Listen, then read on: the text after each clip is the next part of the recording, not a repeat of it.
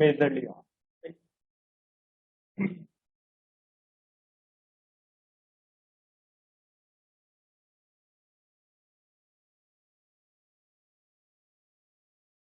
Yeah, maybe I can think of.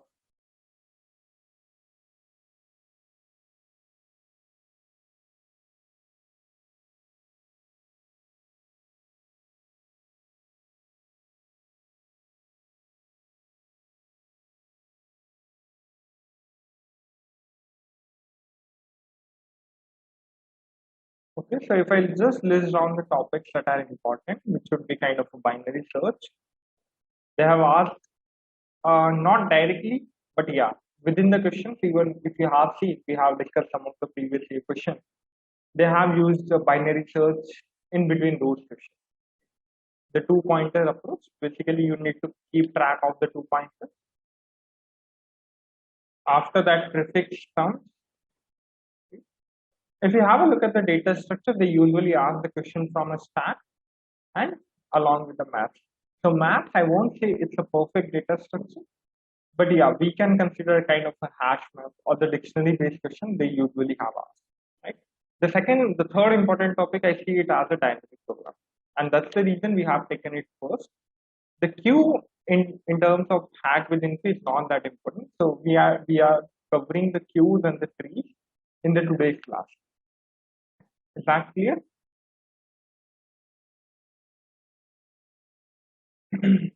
Of course, they have asked some questions on trees as well as some questions on queues as well, but these are the very rare questions. So the chances of appearing these questions would be very less. Whereas you need to focus on these parts first. If you are done with these part, of course you can move on to this as well.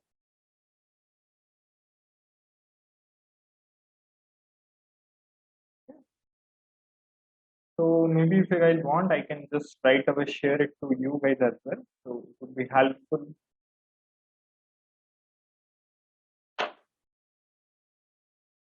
Right. This is what I have taken it from the previous years, like whatever the questions we have discussed so far. This is what I understand from all of those questions. But yeah, they might ask on the queue as well. I'm not saying they are not going to ask. Right? Because this is what the pattern we have. Okay, so let's get started with the DQ. So basically, what exactly we have to do in the DQ? If you guys see carefully, first we need to check whether the queue is empty or not. If a queue is empty, I cannot remove any of the elements from the queue. But in case if the queue is not empty, what I need to do is where I'm going to remove the element is always going to be the front. If you have a look at the structure, how the queue looks like, right? Whenever we enqueue an element, it's always be the rear. Whenever we dequeue an element, it always be at the last. Right? So the dequeue should happen at the end itself, right? Because that's the reason. Like if you are standing in a queue, you will be the first person. If you are standing first in the queue, right? So you will be the first person who is going to get DQ first. Whereas if you do implement using a stack, if you are the last person, you will be going to the one who is going to be the get removed from the stack first. Right? So item is equal to the queue array and fetch the item, which is basically at the front position. Now, once we have removed that item, right, we need to increase the front by one, okay, and reduce the size by one. The reason behind that is because once I have removed that front element itself, the front should point to the next element. Right? So I will increase the front by one. But as I increase the front by one, my size will get reduced by one because one element has been already removed from the queue. Right? And I will just return the item. So basically, QDQ will return me an item which is basically at the front.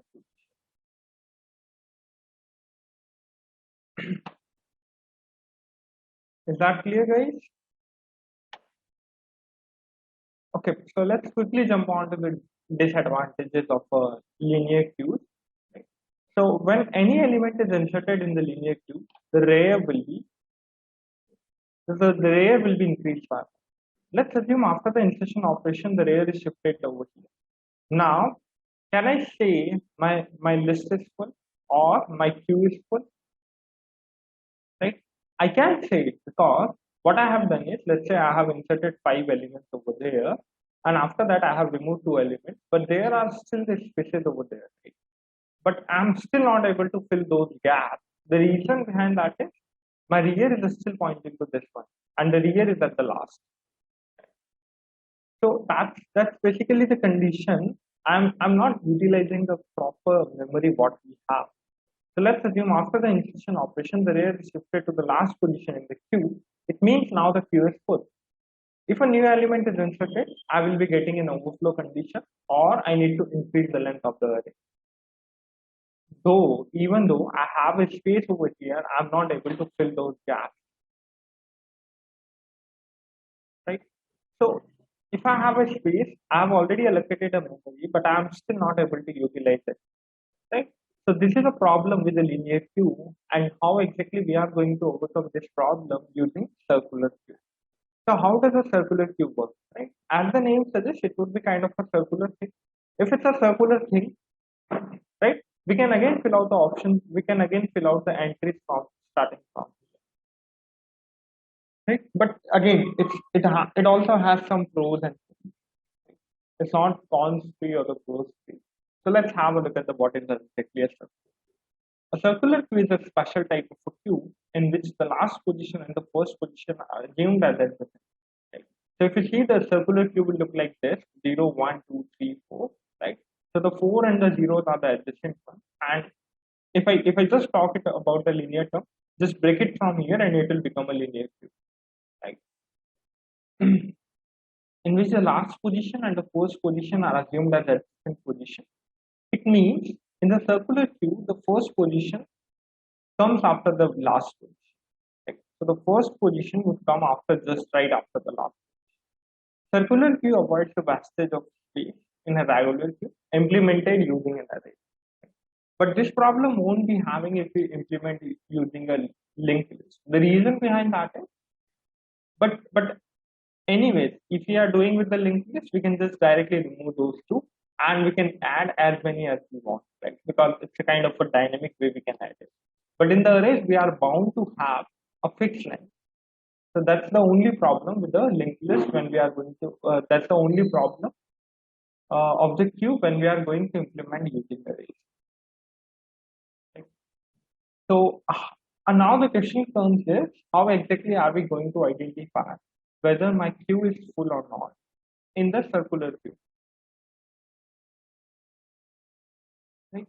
So one thing I can see it like, if my front is equal to 0 and the rear is equal to side minus. So that's the case when my front is at this position and the rear is equal to the side minus. Right? Why I'm restricting my front as well? Because the front can be at the 1 as well, right? If I just remove these elements, the front will gonna get in 3, and it can be at this place, right?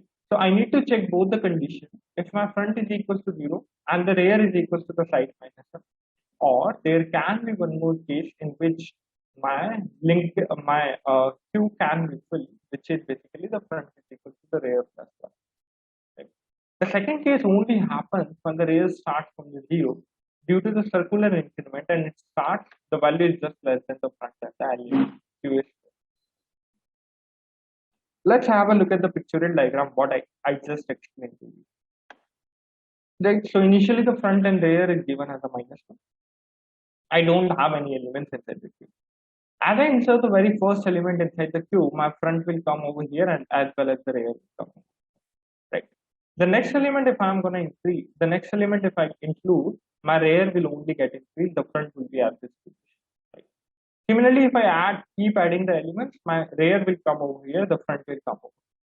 This is a thing where my linear queue has been set. But if I want to remove these two elements, I can directly remove this. I can directly remove this. My front will come over. Right. Now let's say try to implement the circular queue. So when it's a circular queue, I can again fill out these entries using the sixth element that is upcoming. Right. So if you see the sixth element, which is over here, what exactly this indicates is basically indicates the implementation of a circular queue If I have a space, I will just go here, my fifth element. Now I see my array is full. I will go here and check whether is there any empty position. If there is any empty position, I can insert my 6 over there. So the 6 will be inserted over here. Now, if I want to insert one more element, the 7 will be inserted over here. Now, if you have a look at the front and the rear position, whenever I include an element, I'm going to increase my rear. Whenever I remove whenever I add an element, I'm going to increase my rear by one position. Whenever I remove an element, I'm going to increase my front by one position. So here, if you see, if I just add 7 over here, my rear will come over here and the front will come over here. And this is a phase where my circular cube is exactly full. Right? So what I need to check is for the circular cube, front is equal to the rear plus 1, or the front is equal to 0 and rear is equal to the size minus 1. So this is a case where my the queue is full, the front is equal to the rear plus 1. Right? Any doubts, guys? Till here?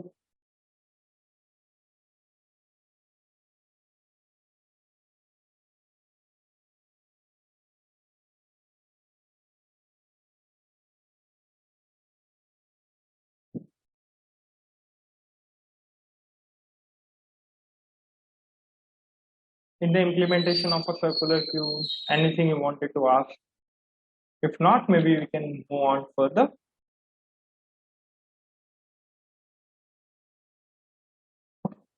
So let's move further. The rear and the front position will change.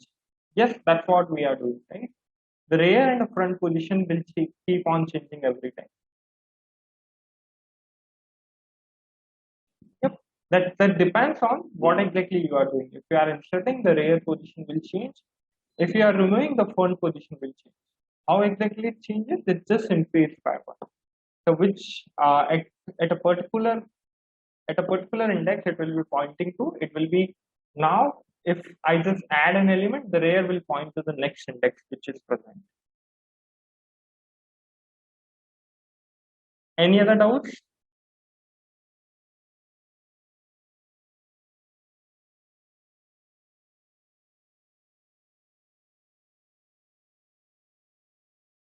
Okay, so let's move on to the doubly-ended queue. What exactly the doubly-ended queue is? So as the name suggests, the doubly-ended queue, the DQ or the doubly-ended queue is a generalized version of a queue data structure that allows an insertion and the deletion at the both times. Right? So what exactly we can do is we can insert from here as well, we can remove from here as well. We can insert at both the ends, we can remove at both the ends. This is basically can give me an advantage of a stack and a queue at the same time, because I can do whatever the operation I want from this. Right? But it again is a costly operation. Mainly the following 4 basic operations are performed as a queue. So insert at front basically adds an item at the front of the DQ. Insert rear basically adds an item at the rear of the DQ, basically from here. Delete front deletes an item from the front, and delete rear deletes an item from the rear. So what are the applications? Since the DQ supports both the stacks and the queues operation, it can be used as both. The second thing I see the advantage over here is the DQ data structure supports the clockwise and the anti-clockwise rotation in the big O of time, which can be useful in a certain application. Apart from that, right, the problems where the elements need to be removed or added, both the ends can be significantly and efficiently solved using the DQ.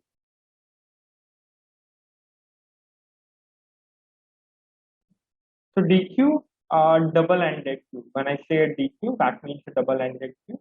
Right? The double-ended queue is basically the queue where it's as the name suggests as well, right? If you just think it logically, what is a double-ended queue? Where you can do any operations from both the ends. Right?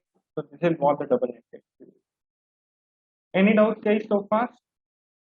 If no doubts, I have some MCQs to discuss.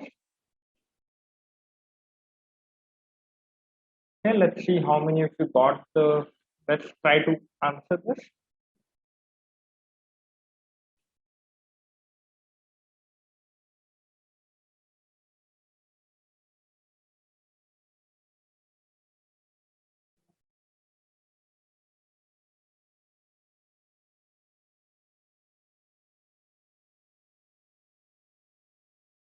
what will happen after after after the all these operations.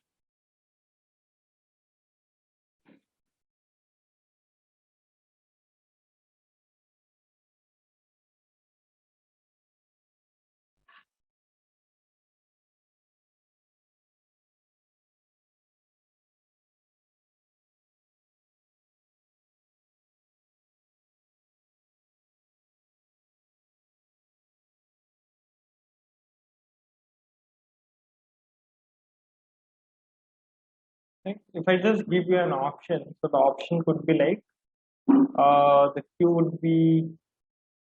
would remain same.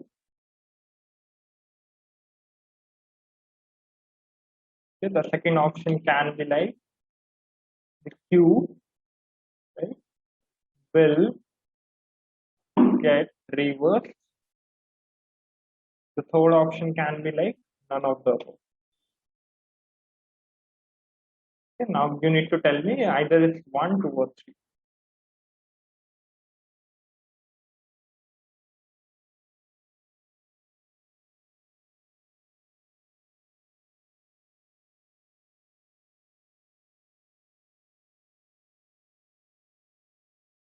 Okay.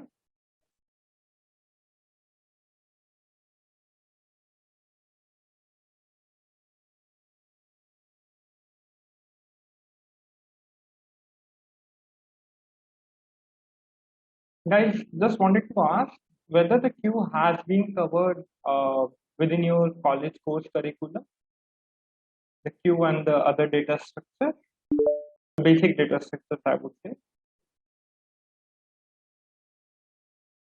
Okay.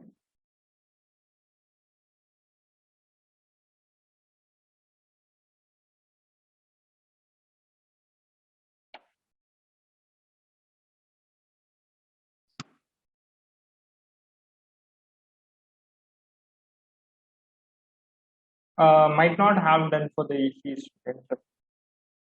Right?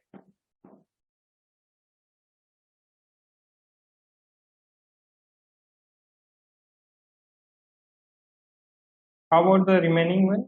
What should be the answer for this one? Will the Q will remain same? Will it get reversed or none of the above?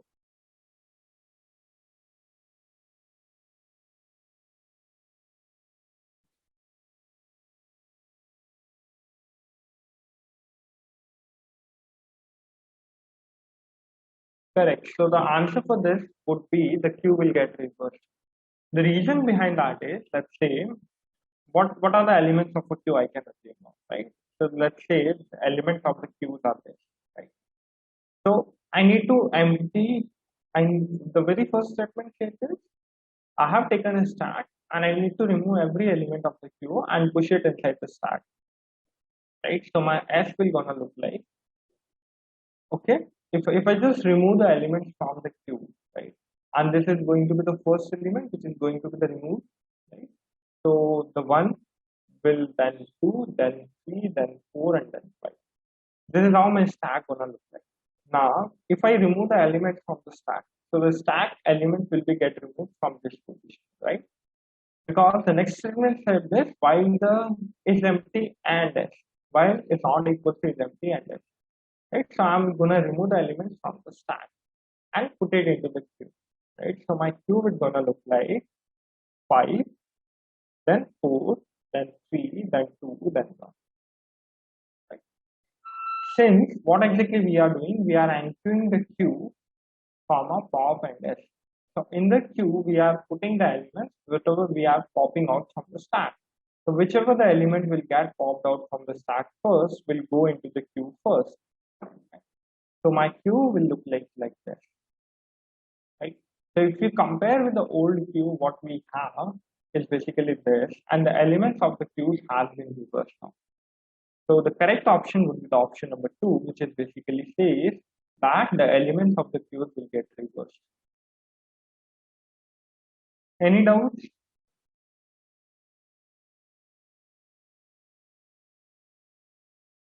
Okay, let's try to answer this.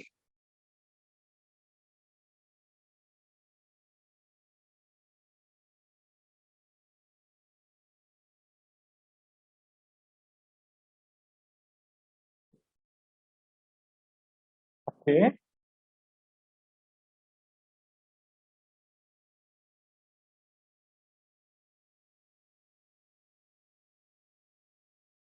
How many stacks are needed to implement a queue? Consider the situation where no other data structure like array linked list is available to you.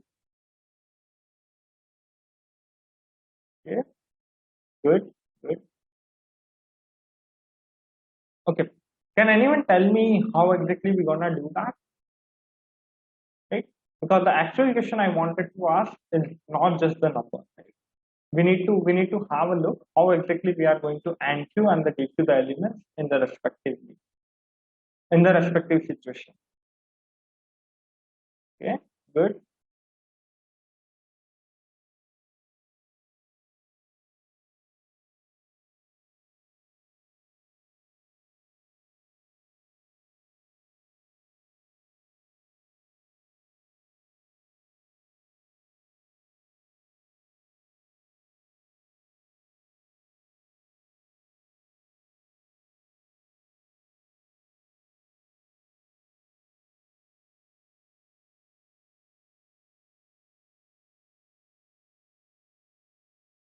Okay. So let's have a look how exactly we are going to implement it. Right? So let's say I want to the enqueue an element, right? The question is clear. Basically, we need two stacks to implement this. The reason behind that is, why do I need the two stacks? Because if you see a stack, we use the last in first out, right? And in the queue, I need to somehow perform the first in first out. So this is not be the possible if I have just a one stack. There at least I need two stacks to do that. Okay. Now let's see how exactly the stack's gonna look like. So the very first approach I can think of is like, let's make our enqueue operation as heavy as much, and for the dequeue operation, I'm just gonna remove the element from the stack. Right? So while stack one is not empty, push everything from stack one to the stack two. So let's say I have created two stacks.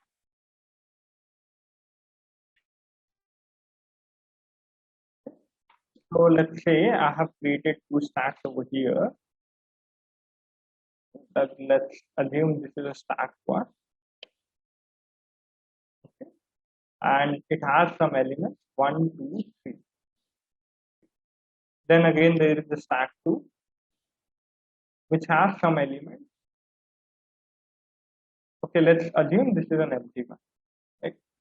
So stack 1 is not empty. Push everything from stack 1 to the stack 2. So what I am going to do is, here I want to, if I want to insert an element, where should I insert it? Right? It can always be inserted over here. Right? But this is the second case that we are going to discuss. We are going to discuss the two operations over here. One, you can make your enqueue operation costly, and one, you can make your dequeue operation costly. So what I'm going to do is, I will just, while the stack one is not empty, push everything from stack one to the stack two. So if I just push each and every element from stack one to the stack two, how my stack two will gonna look like? So the stack two will gonna look like this. My stack two will become, since I'm gonna change the order of this, so it will be in the reverse order. Now push everything and push x to the stack one. Now I'm gonna push x to the stack one. So whatever the elements I have, I will just push it to this stack. Now my stack one will gonna look like this. Let's say I have pushed the element x to the stack one. Push everything back to the stack one. Okay. Now if I just push everything back to the stack one, this is basically a stack one. And if I just push everything back to the stack one, so my stack one will gonna look like, because so it would be like x, then 1, then 2, and then 3. So here, if you guys see, I have successfully added a x at the first instance, and this is what rare actually should gonna do. Right? In the queue, what I exactly do is, I will insert an element at this position, and at the same time, my stack two will gonna look like this.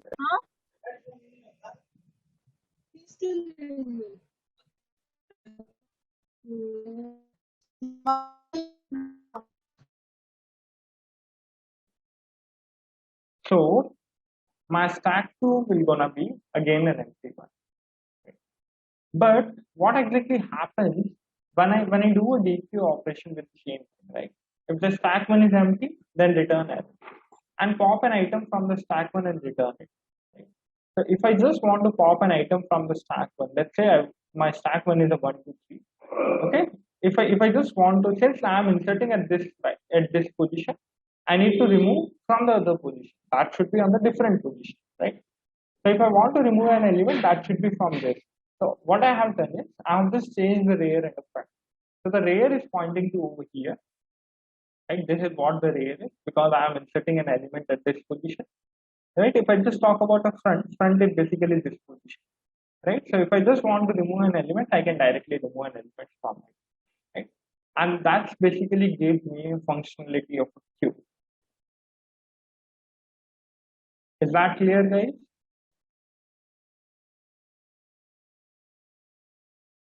Right, this is one of the most important questions because I have seen the company usually ask, not in the coding round question, but yeah, they usually ask when we go for any kind of an interview question, right? Can you implement a queue using a two data structure or a vice versa? Sometimes it question be like, can you implement a stack using a queue data structure? Okay, once again. Okay.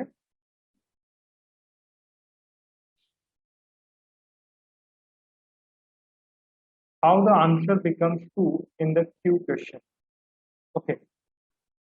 So first of all, let's have a look at the answer. The answer is very clear. Right?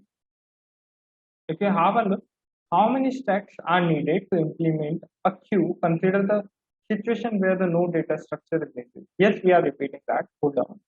Right? So we don't have any other data structure. Right? So how many stacks do we need?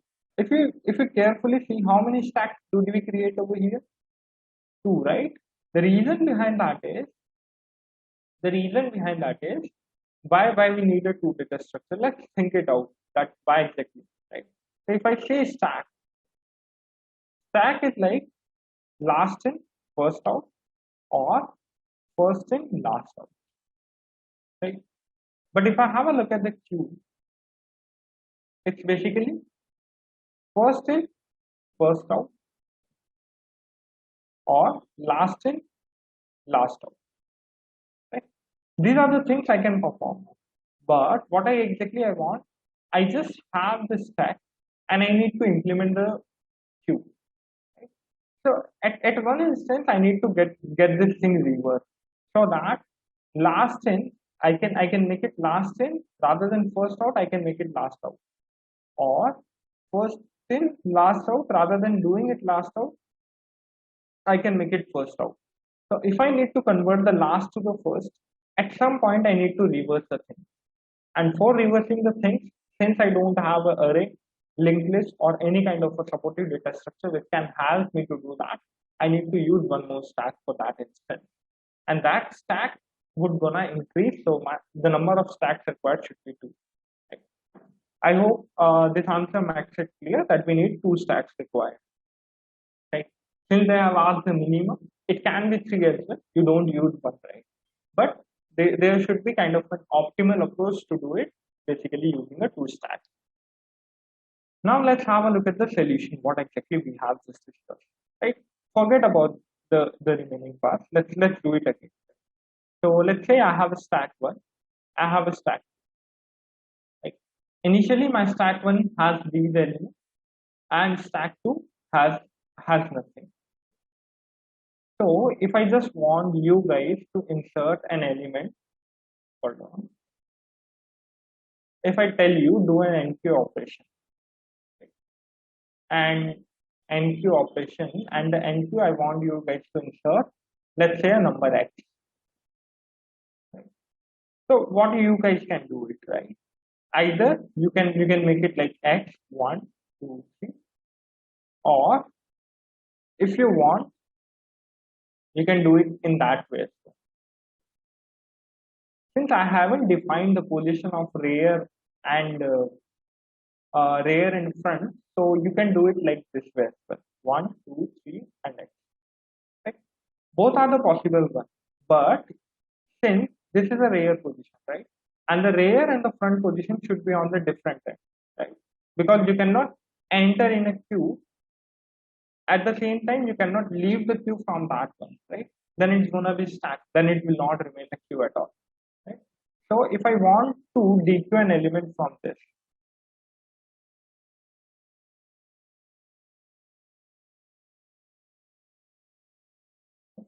so if I want to dequeue an element from this, what should be the dequeued element? Can anyone tell me? Since I inserted an element at the first at this position, what should be the dequeued element? Either it should be 3 or it should be X.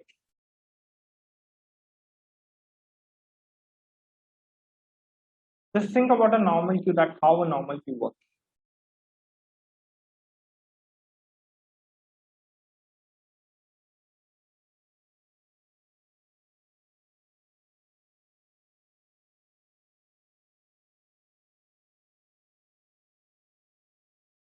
About others?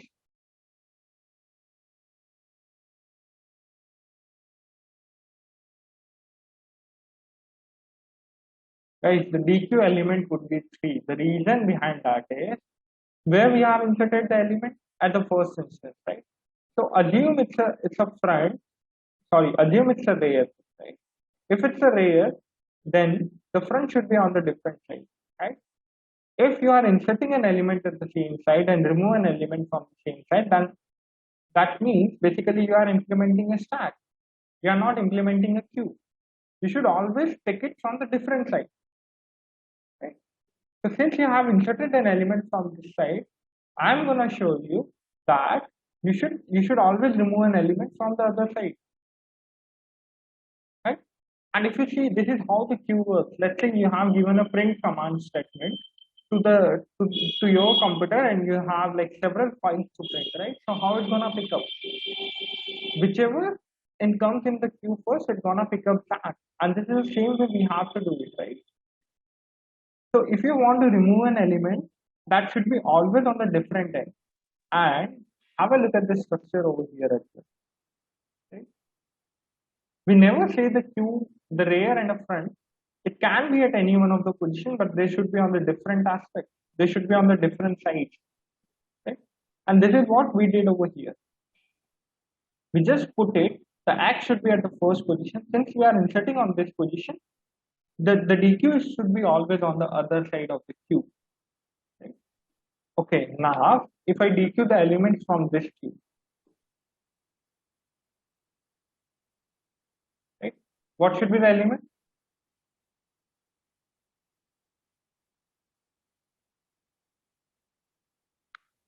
If I just perform a DQ operation over this queue, since I have inserted X at the end, so definitely if I DQ an element, it should be 1.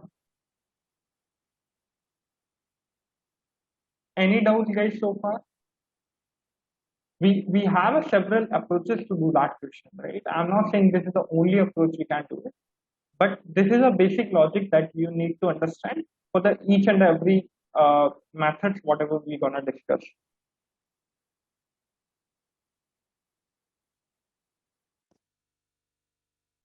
Right?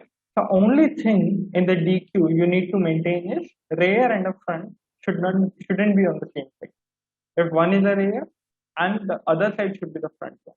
If the rear and the front will become the same side, then what's the difference between a stack and a queue? Because if you see the stack, wherever we enter the element, we just remove the element from there itself. And that's how the stack works. But the queue should give a different functionality since it's altogether a different data structure. Right? Okay, let's move back to the question. Right. So what I have done is now I want to insert an element at the initial, but I want to remove the element from this position. If I want to insert an element from the initial and this is a stack given, right? So how do I push an element to the start?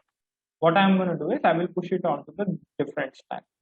So the 3 will push out first, then 2, then 1. And my stack will gonna look like this. Now what I'm gonna do is I will just push X to the stack 1. Right? and I will again push all the elements to this, right? So if I push an element, I just made the order reverse.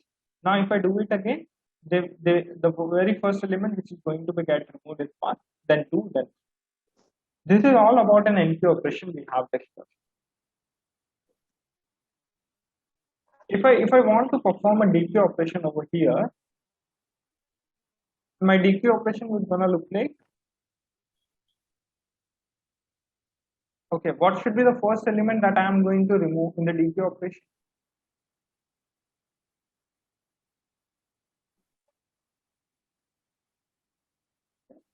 So what should be the first element? That's again going to be the 3, correct, good. So the reason behind that is, since we are inserting at this position, we have to remove it from the other position.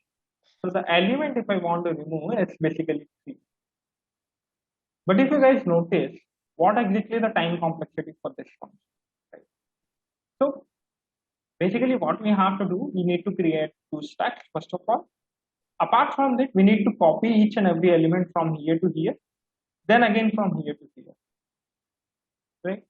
So this is basically when you make your NQ operation costlier.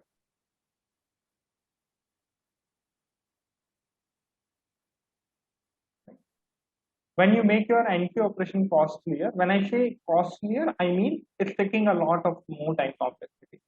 If I want to just pop an element, right? If I just want to DQ an element, what I'm gonna write is just pop it from the stack. That's it, right? And that's the time complexity for this. It's going to be the bigger of 1 because the pop has a constant time complexity, which is basically just a bigger of 1, right? And it will gonna give me 3. Why can't we directly NQ using stack? Okay, how will you do that? The reason behind that is we need to insert an X in this position, right? If you need to insert an X in this position and this is a stack we have, right? How you gonna insert an element in this position? That is what the aspect is, right? If you want to insert an element at this position, and since this is a stack, so like the very first element going to be 1, 2, and 3, and you need to insert an element which is the last element, right? So what you're gonna do is you need to remove all those elements, then put back all those elements, and that's the only option I see. Do you have any other approach?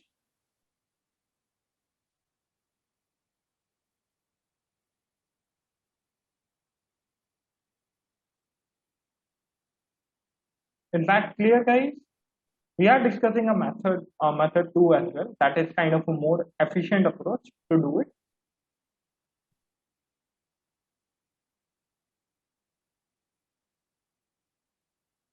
Okay, now let's do one thing.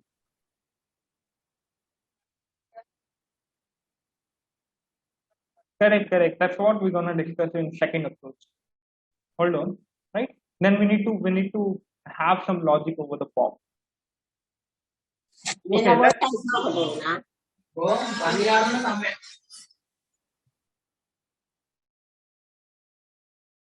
so let's move on to the second approach, right? The method. What I can do is, this is what we have done in NQ operation, making it costly. Let's have a look at the second approach. What the second approach is. So second approach, we will make a DQ operation costlier this time, right? Rather than making an NQ operation costlier, we'll make a DQ operation costlier. So what I am gonna do is, let's say my stack, okay, my stack one, again the same stack I'm taking. So my stack one gonna look like 1, 2, 3, the same stack. Okay. My stack 2 is again an empty.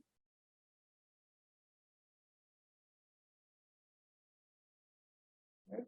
So let's say this is an empty. Now what I'm gonna do is I'm gonna follow this approach. Right. If I want to insert an element, I can directly straightforward insert it. Right. So NQ, how it's gonna look like?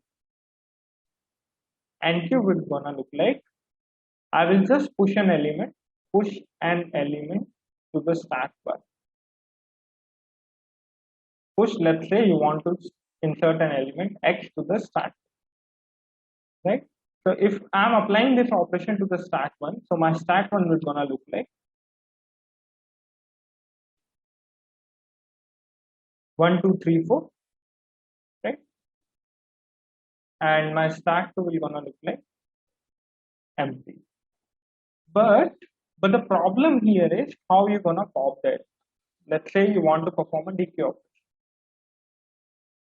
right? Now with the DQ operation, we need to do some operation, because if I directly pop the element, what my element is gonna be? That is gonna be 4. Okay? But this is not the answer. This is an incorrect answer. What the answer should be? If I just call a DQ element, right? Since I have inserted at this position, I should remove 1 as well. Correct, but the stack 2 is empty, right? The stack 2 doesn't have anything as of now. We need to migrate the things from here to here. Correct, correct. That's what we're gonna discuss. So basically, DQ should return me 1, right? So how exactly we're gonna do it? Let's have a look at the solution. Okay. So what I'm gonna do is, if both the stacks are empty, then there is no possible I can remove it. If a stack 2 is empty, while stack 1 is not empty, push everything from stack 1 to the stack 2. Okay. So that's what we're gonna do. We're just gonna push everything from stack 1 to the stack 2. So how my stack 2 will gonna look like? If I just have a look at the DQ operation, right? So my stack 2, stack 1 will become empty. Okay. And the stack 2 will gonna look like this. We'll be having 4, we'll be having 3, we'll be having 2, we'll be having 1. Okay. Now if I just call a pop function, right? If I just call a pop function from the stack 2, from stack 2, it's gonna return me 1, right? And that is a favorable output as well. Because if I perform a DQ operation over it, it should return me 1, which is basically returning, right? So that's what the problem statement says: is pop the element from the stack 2 and return it. Here the time complexity will be the big of n. The method 2 is definitely better than the method 1. Can anyone tell me why the method 2 is better than the method 1?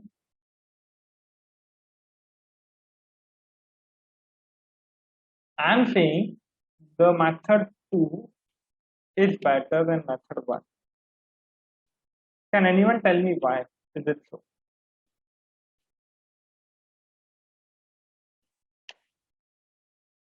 Right?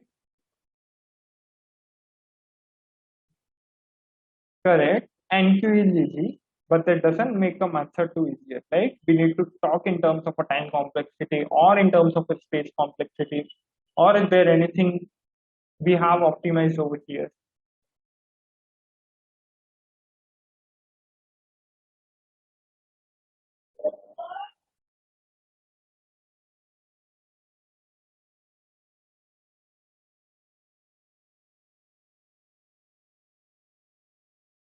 Guys, are you guys following me? Like any doubts, guys, feel free to ask. This is a session organized for you guys only.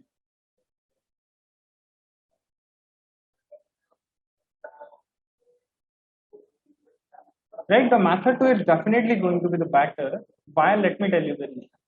If you guys see it carefully, what exactly we have done? We have moved all the elements from stack 1 to the stack 2, and then again from a stack to the stack 1. This again takes the big O of n time complexity. This again takes a big O of n time complexity. And in the pop operation, as usual, we are doing a pop operation. So basically, if I just see it over here, right, 2 times I am getting big O of n. I know it would be constant, but yeah, of course, it's gonna take me some time, right?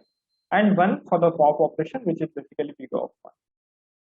But if you guys have a look at it over here, right, what I just did is I just moved an element.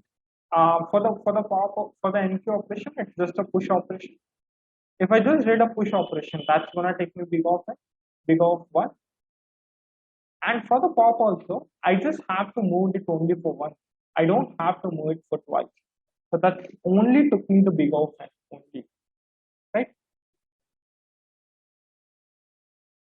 And I removed an element, which is again a constant thing.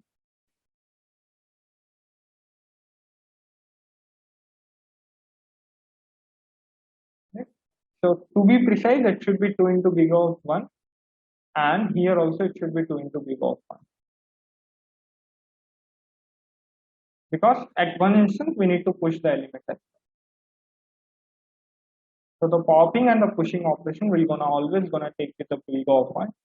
But here we saved one big O of n. The reason behind that is we don't need to copy the elements twice to the stack. Here we just did it only for once. And that's how we got our answer.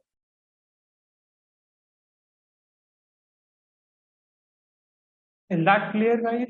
Any doubts?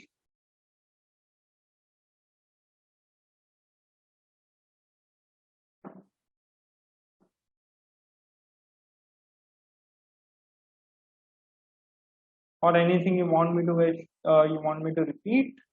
If not, I would assume we are good.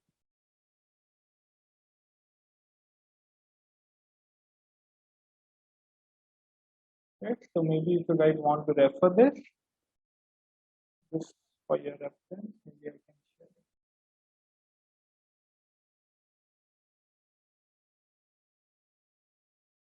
share it. Okay, still have the doubts in the method one. Okay, let me just quickly explain the method one, so maybe we can move further then. Right? So basically, what a method one. Okay.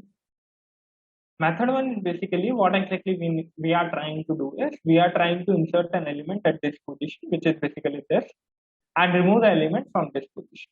But for that, what I need to do is, if I want to insert an element x over here, how should I do it? First, I will reverse this matrix. Then I will add an insert x over here. Or maybe you can do that as well. That's also with the same operation, right? Rather than doing it over here, let's make it more simple, right? You can directly push it onto this stack. Let's push it onto this stack, right? So it would be like 3 2 1 x. And now if I just pop out these elements to the different stack, it would gonna look like this. So basically we got the we got what is the requirement for a stack to be the queue. Right?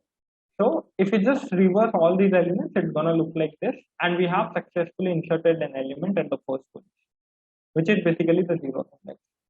Similarly, you can do it for any number of items, right? If I want to pop an element, definitely the x is not going to be the pop because this is the inserting position. So definitely I need to pop the element from the end, right? That is how the DQ should work. So I can directly pop it from the stack one, and that's going to be the 3. Is that clear?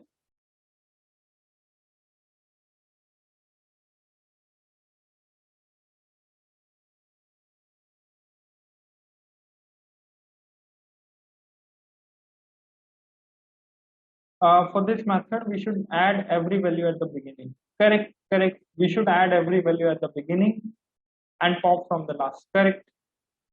This is how the queue should work, right? You should insert at one end and remove from the other end.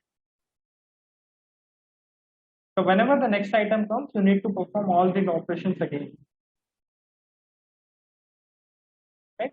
Let's say a y element again comes, so you need to insert an y element over here again, right?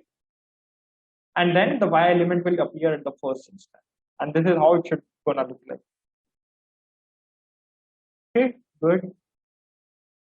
So let's move further.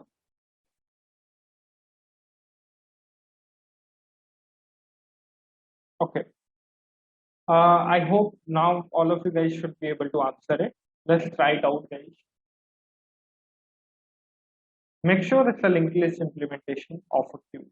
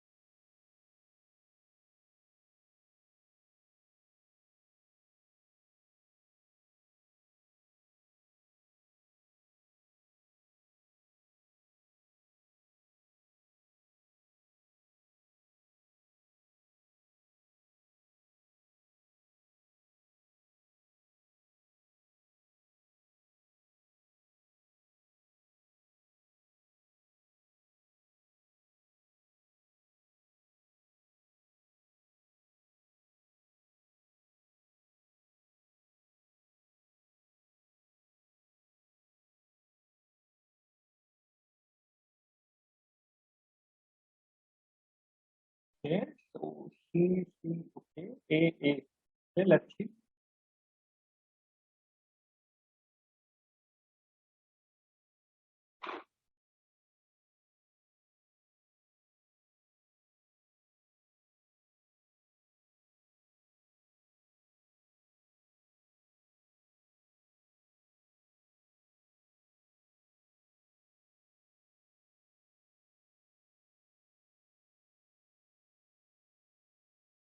Okay, so the question is quite easy, right? Which of the following is true about the linked list implementation of Q? So in the push operation, how does it matter whether it's a linked list implementation or the array implementation, right? It should be the same because the property of a queue shouldn't be changed at any instance. So in the push operation, if the new nodes are inserted at the beginning of the linked list, and then in the pop operation, the nodes must be removed from that. That's absolutely a correct option, right? In the push operation, if the new nodes are inserted at the end, then in the pop operation, the nodes must be removed from the beginning. That's again a correct option. The reason behind that is what we have just discussed so far, right? We can insert from any one of the ends, but the popping operation should be on the different side, right? If we are inserting from this side, we need to remove from this. If we are inserting at this side, we need to remove from this, right? It really doesn't matter whether it's a linked list or a queue. I just told you just to see how confident you are. So both of the above are the correct option. Any doubt, guys? It really doesn't matter how exactly you are going to implement it, whether using stacks, whether using arrays, whether using linked list. It should be the same overall. Okay, can you guys try for this?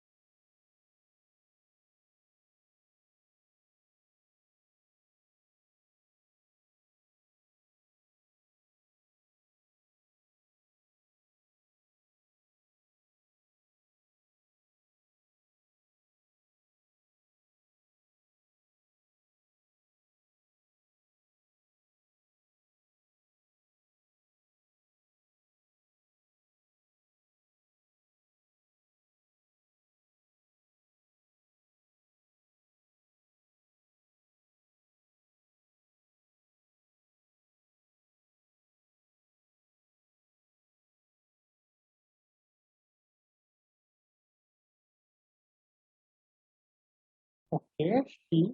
Okay, let's see.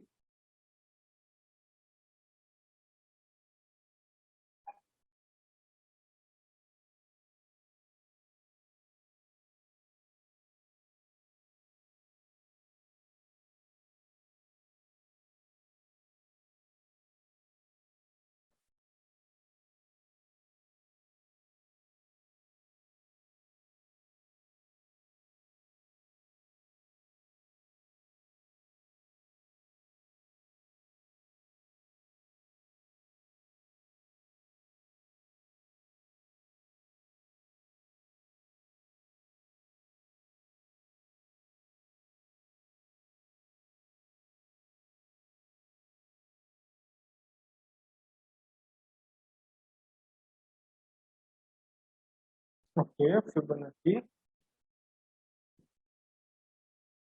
Okay, good.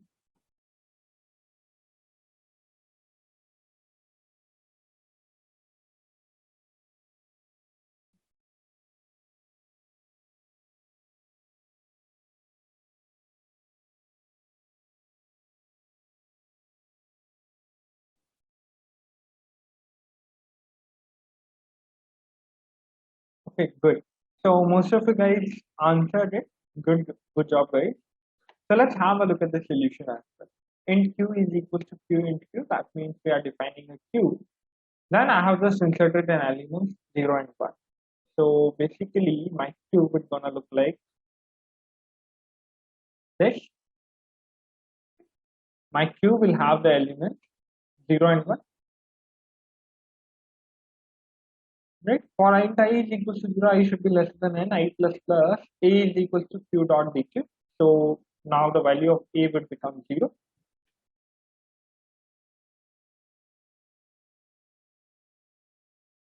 Right? The value of b will become 1. Okay? Now q dot and qb, now I have again inserted the q, the b element to the q. So the 1 will get inserted. And q dot and q a plus b. So now the next element that I'm going to insert is again 1. Right? And now I'm going to print a, that is basically 0. The next time I'm going to print a, it will become the value of b, which is basically 1. The next time I'm going to print a, it will become 0, 1, 1, and then 2, and then 3, and so on. Okay, let me iterate it for you guys if someone still has a doubt. Right? So what is the value of a q now become? Right, till here we have already iterated. So let's continue from here. It will check for the I is equal to 0, that is done. Now it will go for the I is equal to 1. Right? So q dot dq, so the value of a would gonna give me 1. Right? The value of b will again become 1. Right? And if the value of b will again become 1, then the value of q will again become q dot and qb, which is basically 1. Then q dot and q a plus b, which is basically 1, 2. Right? So if I print the value of a, it would gonna be 1. So here is a print a. If I just write in terms of that, okay, print a will gonna give me 1. Here the print a will gonna give me 0. Similarly, if I do it for the next time, it's gonna again return me 1, 0, 1, 1, right? And similarly, so on and so forth. It will become a Fibonacci series, a perfect Fibonacci series. When I say a Fibonacci series, is a series where each term is basically the sum of the previous two terms. Right? So if I just write a Fibonacci series for sum of the numbers, it would gonna look like this. Okay? So basically, the numbers which is present over here is absolutely the sum of the previous two numbers, whatever is there.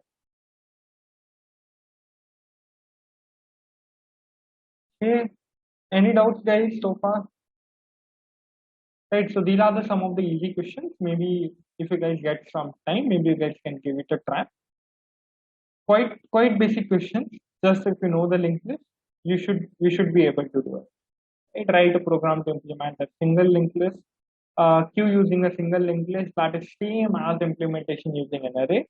Just we need to do a bit of a manipulation. Just we need to implement using a linked list. Right? So how does this gonna work? Is if I just give you an overview, it's basically same as inserting a node at the first and removing a node at the end. This is how an NQ operation works. So the NQ would gonna look like. Just I'm giving a very brief overview to that. If you want to go for the deep, maybe you guys can refer any of the online portal, and maybe even if you guys can give it a try. Right? So if I just tell you the NQ using a linked list, it would be same as inserting an item at the inserting an item at the start. Right? There can be the method, several methods to do it, right? If I'm just discussing a method one, inserting an item at the start, or to be specific, I would call it as a node. And how the DQ operation should look like in this, right? So if I just write a DQ operation in this method,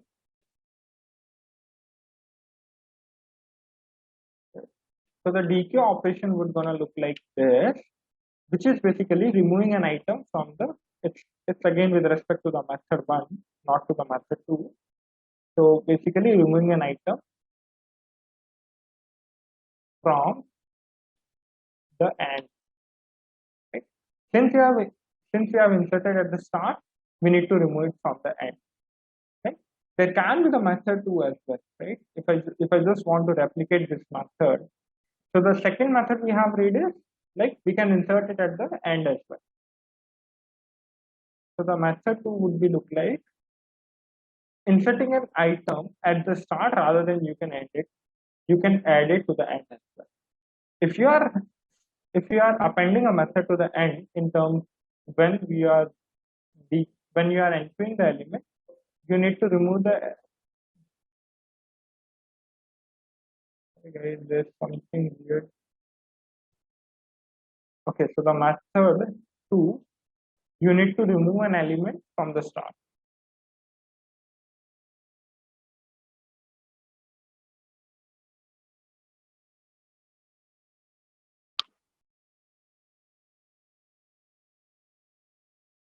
So you need to remove an element from the start. Right? This is how the NQ and the DK should work in a linked list, and these are the two basic operations that they usually ask for. Similarly, you can check it for there we don't have to check for the overflow and the underflow condition. The reason behind that is the linked list is dynamic. You can as many as number you want, you can increase it, but yeah, you need to check for the underflow condition. Both are of the same time complexity. I haven't tried it. Let's try it now itself, right? Inserting an item at the start, right? It's always gonna take me the bigger of one time complexity because I don't have to shift any of the elements. But if I remove an item from the end, it's gonna take me the bigger of one time complexity. If I talk about this, yes, it should be of the same time complexity, right? Inserting an item at the end, it's again gonna take me the bigger of one. But if I removing an item from the end, it's gonna take me just bigger of one. So it would be of the same time complexity. At any one instance, we need to take it big of n and the big of 1 on the other hand. Is that clear? Right? Why is that taking a big of n? Because I need to iterate my whole linked list at once.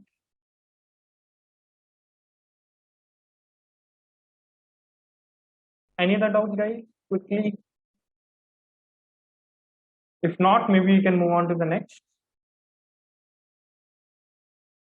Okay, I will share this as well to you guys.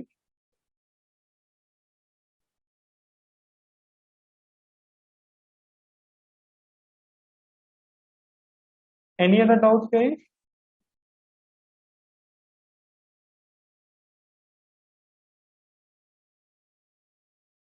Okay, how to remove the last element? Guys, it's pretty easy to remove the last element, right? How do you remove a last element from a linked list? Right? What you're gonna define is you're gonna define a temporary variable, which is basically starting. You can define it as a head. Right? Now you need to iterate it from the while the temp dot next is not equal to null, and that is going to be the last element. Till the time you need to be inside the loop, right? And what you need to do is temp is equal to the temp dot next. Right? But you don't have to be exactly at the last element, right? So if you guys see what exactly we gonna reach is temp dot next is not equal to null, right? And you need to keep track of one previous element as well, right? So let's say there is a one more temporary variable you can take off.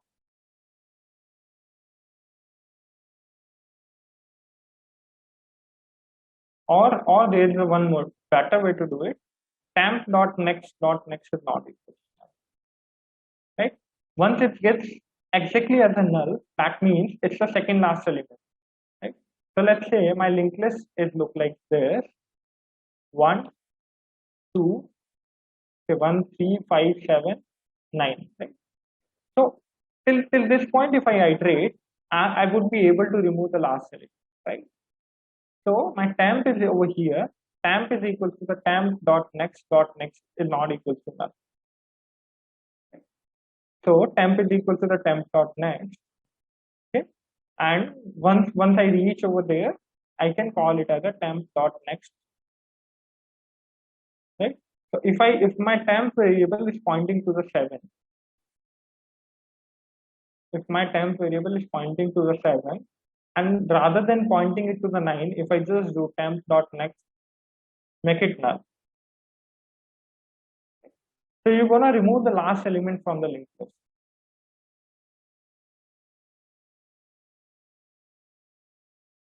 Right? Because this is already doing one next operation, so we don't have to even do that. Is that clear? It will be inside the loop until and unless you want to reach till the last element. Once you reach till the last element, you need to find this element, and this next should point to the null rather than pointing to the 9. If you are doing in the Java, you don't have to free temp. If you are doing in the C or the C++, you need to do the free temp as well, which is basically just to remove the allocated memory.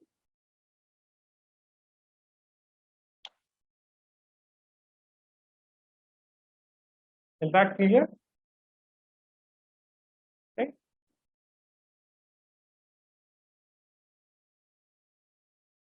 Okay.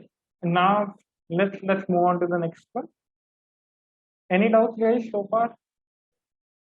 In any step you want me to repeat or anything? And even you can refer the like any of the portal that how to remove the linked list, how to remove an element from the end, right? Just it would be so easy.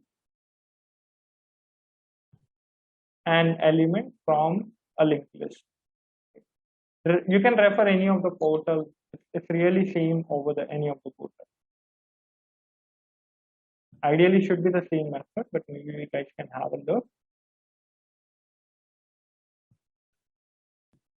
Correct. So they are doing the same thing. They are also iterating till this number. Not here.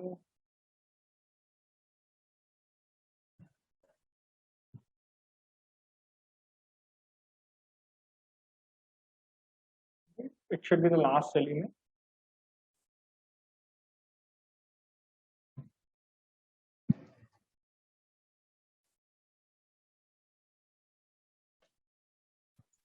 Correct.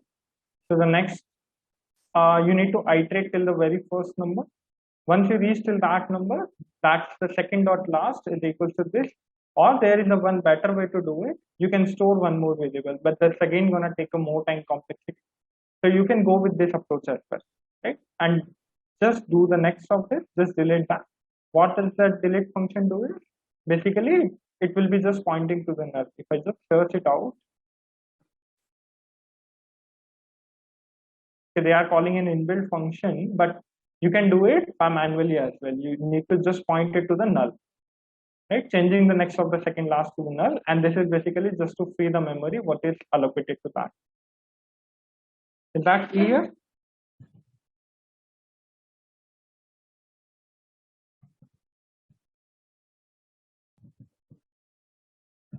Okay, let's move on to the next question. Okay, write a program to implement a circular queue. How you gonna do it?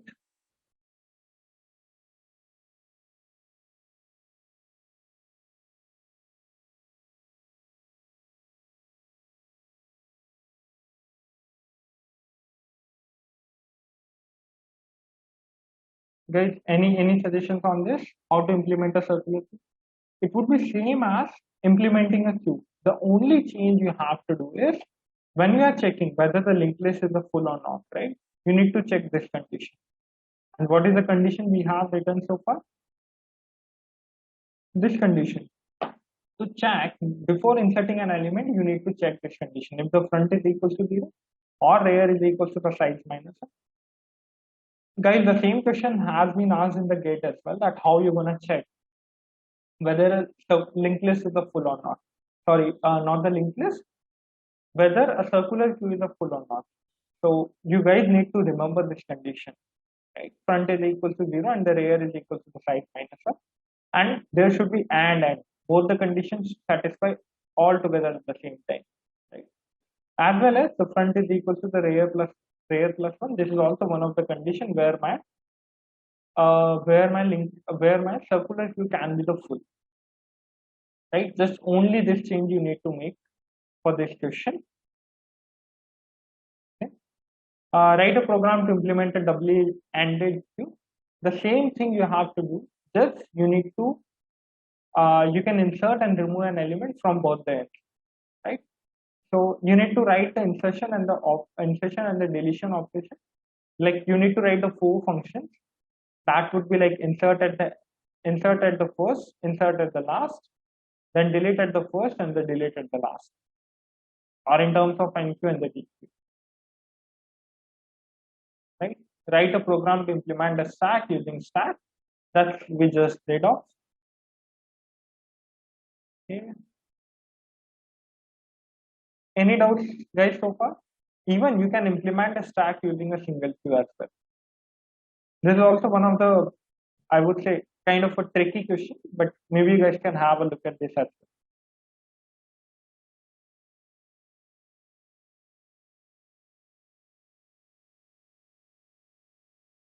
well. Any doubts, guys, so far? Any doubts in these problems or anything you think where you can get stuck? You guys always can ask me, like even in the next class, if you guys have any doubts in the previous these problems. The reason behind why I'm not discussing these problems, because they are not very important problems with the when we just have a look at the hack within program, right? Because they are not going to ask to implement something. There would be kind of a more real life problems they kind of gonna ask. So that's why I haven't discussed the solution of like in the detail. But if you guys have doubts, you guys can always ask.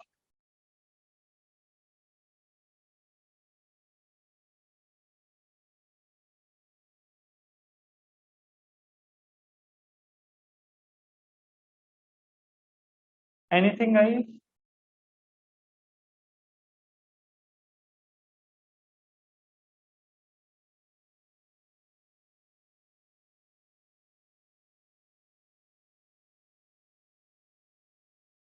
Can I get the solution of a DP problem of insertion, deletion, replacement? Which problem are you talking about? I didn't get you.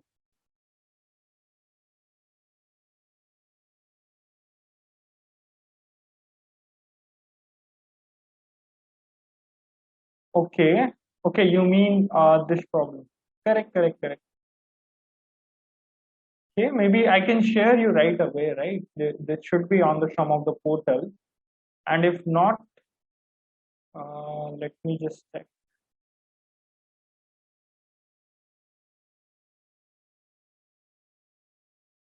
I'm not sure which PDF it was. Not this one.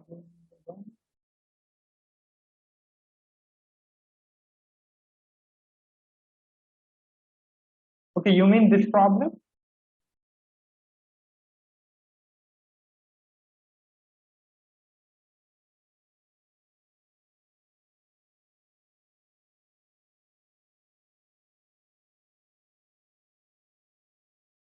Is it the same problem we are you want me to discuss? Last one in this. This is the last one, right?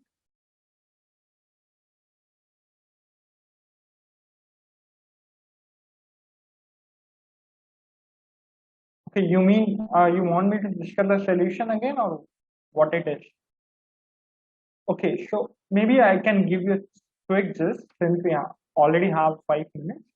If someone is not interested, maybe he guys can drop off. Those who want to listen this solution again, maybe those guys can stay.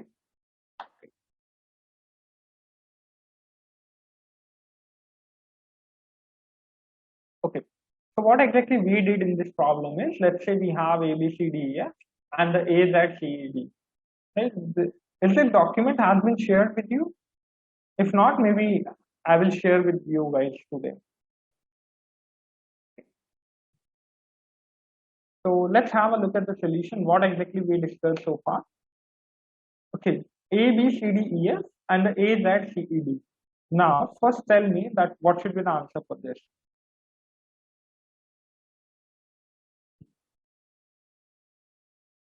According to you, what should be the answer for this? According to the question, the problem statement, what we have, What should be the minimum possible ways we can have for this?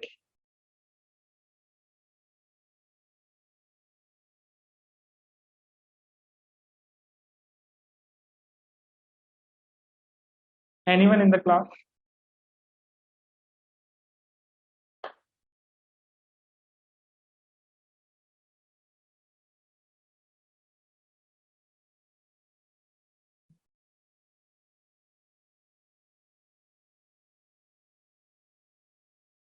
Guys, the answer should be 3, correct. The reason behind that is if I have A, B, C, D, E, F, and if I have A, Z, C, D, what I can do is I can replace this, right? So this can be replaced with D. I can remove this D, and I can just convert this F into the D. So only 3 steps I needed to make it an optimal solution. Okay, so how exactly we are going to fill out this the rows and the matrix? Right? Let's start with any of these, right? So let's say if I have A, Z, and the C, if I have A, B, and the C, and let's say I want to fill out this. The reason why I have chosen this as well, because I have a C and the C are the common, right? So if there is a common, there would be 2 cases I am going to create. If there is a common character, if there is not a common character.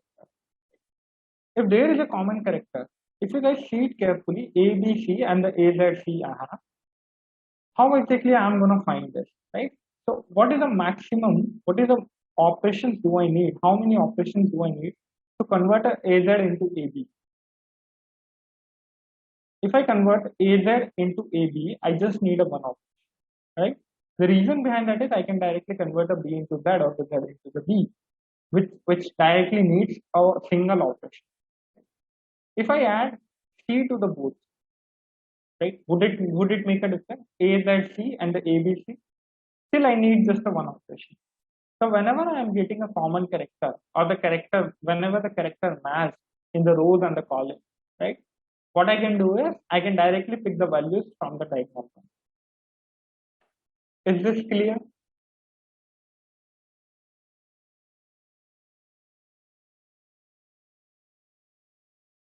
Okay, now let's move on to the second one, right? The second statement could be like when the characters are not matched, what will I'm gonna do? Okay, let's take AZ and the AB. The character is not. I need to fill this particular row in the particular column. How I'm gonna fill out this? The way I can fill out this, what I can do is I will just search for what is the minimum of these three, right? So minimum of this, minimum of this, minimum of these. What is the minimum of these three? It's 101, so definitely gonna 0 be the minimum. If the 0 is the minimum number, I will add 1 to that, right? So if I add just 1 to that, that's gonna give me 1.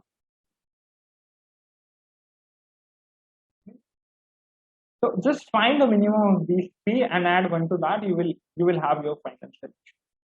Keep doing that for each and everything, and you will get your final result in the last column and the last row. Okay, what is the minimum of that three? I need basically 1, 0, 1. What is the minimum of these three? Basically 0. Add 1 to that. So 0 plus 1 would gonna give me 1. Okay, why minimum of that? See, I can go too technical, but let me just try to explain it to you, right? So let's say how exactly you are getting this 0. Right? And why the minimum is how exactly you are getting this 0. It's basically since you have A comma A and A you have, and you don't want you don't need any operation to convert this A into this, right? You included Z to this, you included B to this. Now you have AZ, now you have AB. Now there are the three operations you can think of. One is an insertion, one is a deletion, one is a replacement, right? So this basically represents the replacement one. Sorry, this basically represents the replacement one. This basically represents the deletion one. This basically represents the insertion one. Right? I don't want to go to that technical way. So what I am saying is this basically represents if you want to replace something directly. Right? If you can get the better way just by replacing, then you're gonna pick up this. Right? If you can get better something just by inserting something, that you're gonna pick up this. If you can get better just by deleting something, that you're gonna pick up the above. Just think it out like that way. A and A, why I get the minimum at this position, right? The reason behind that is, since there is the thing I'm gonna do is basically replacement, and the replacement is only possible when I go the diagonal in the diagonal direction. It might be too technical, but maybe you guys can backtrack too, right? Let's have a look at it over here. Right? I have, or maybe here, right? Let's say consider this case.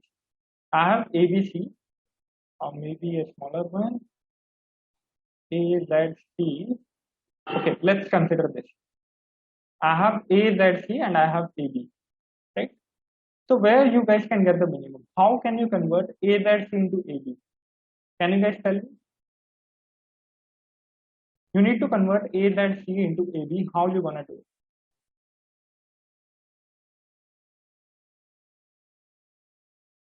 Or maybe the vice versa. AZC into AB. How you guys gonna do it? That's for sure. Just gonna need two operations. But how? What exactly the operations could be?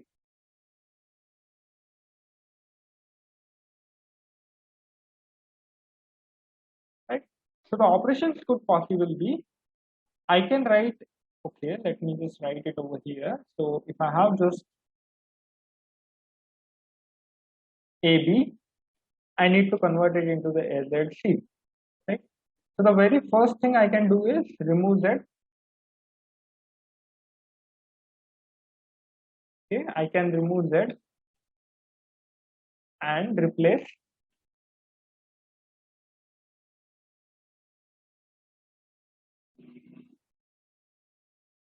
C with B. That's also one of the possibilities. Or maybe you can remove C.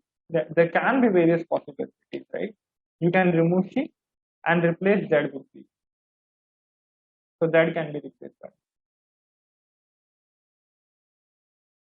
right? So there can be two possibilities I can think of as of now. Let's go back to the solution, right?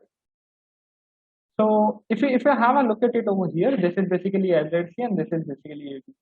So what I can see over here is 2, 1, 1. Why I'm getting two ones over here? Why I'm getting the 2, 1? The reason behind that is either I can pick this one or I can pick this one. There are the two possible solutions I have for this, right?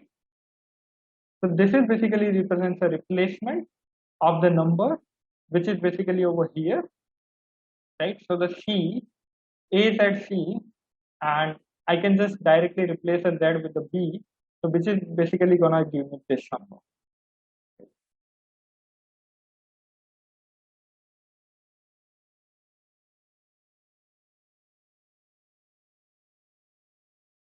And even if you want, you can backtrack it as well.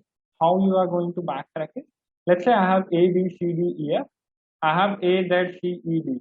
Now think about this, where this 3 is coming from, right? If you see, you can find the actual what exactly you're gonna perform an operation, right? So where this 3 is coming from? If I just have a look, right? 2, 3, 2. Can you tell me where this 3 should come from? Right, there are either two possibilities. Either you can directly copy the elements from here, or you can find the minimum of these three. So definitely it's coming from here, right? So it's coming from here. If you see the arrow correctly, right, we do have an arrow as well. If you see where this 2 is coming from, we are directly coming from here. Where this 2 is coming from, this 2 is coming from directly from here. Where this 1 is coming from, this 1 is coming directly from here. Where this 1 is coming from, this 1 is coming directly from here.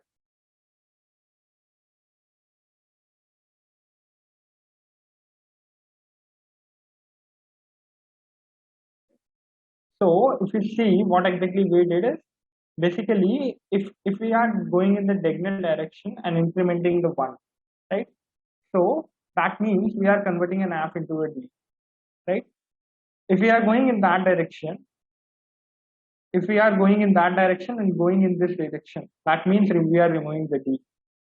And if you are going in that direction and just going in that direction, we are converting a B into the Z.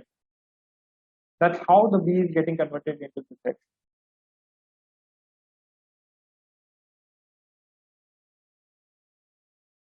It will get more complicated if you try to think more. Just think it like that way. Try to fill out the matrices by yourself and think out it logically, right? Then you will have a better understanding.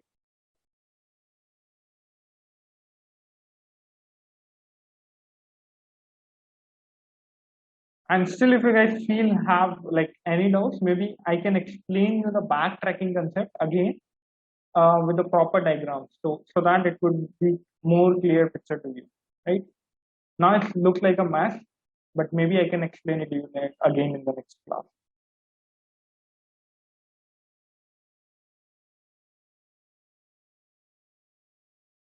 Right? Maybe just in the last 5 minutes, like what we did. So I can discuss that again if you guys want. But before that, I want you guys to give it a try. At least create a matrix for any of the strings, or maybe you can assume the string by yourself.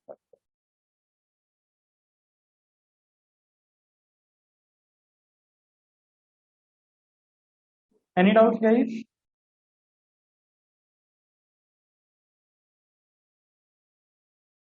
Okay, I hope we have one more class scheduled at 4. So let's catch you guys there because we are running a class short. So we have to arrange one more as well. Do let me know if you guys have any doubts. Maybe we guys can discuss it again. Okay, so I can get the uh, better clear picture for this as well.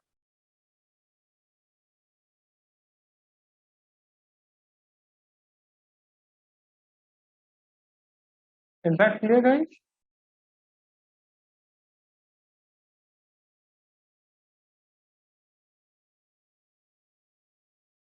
Okay. Thank you, guys.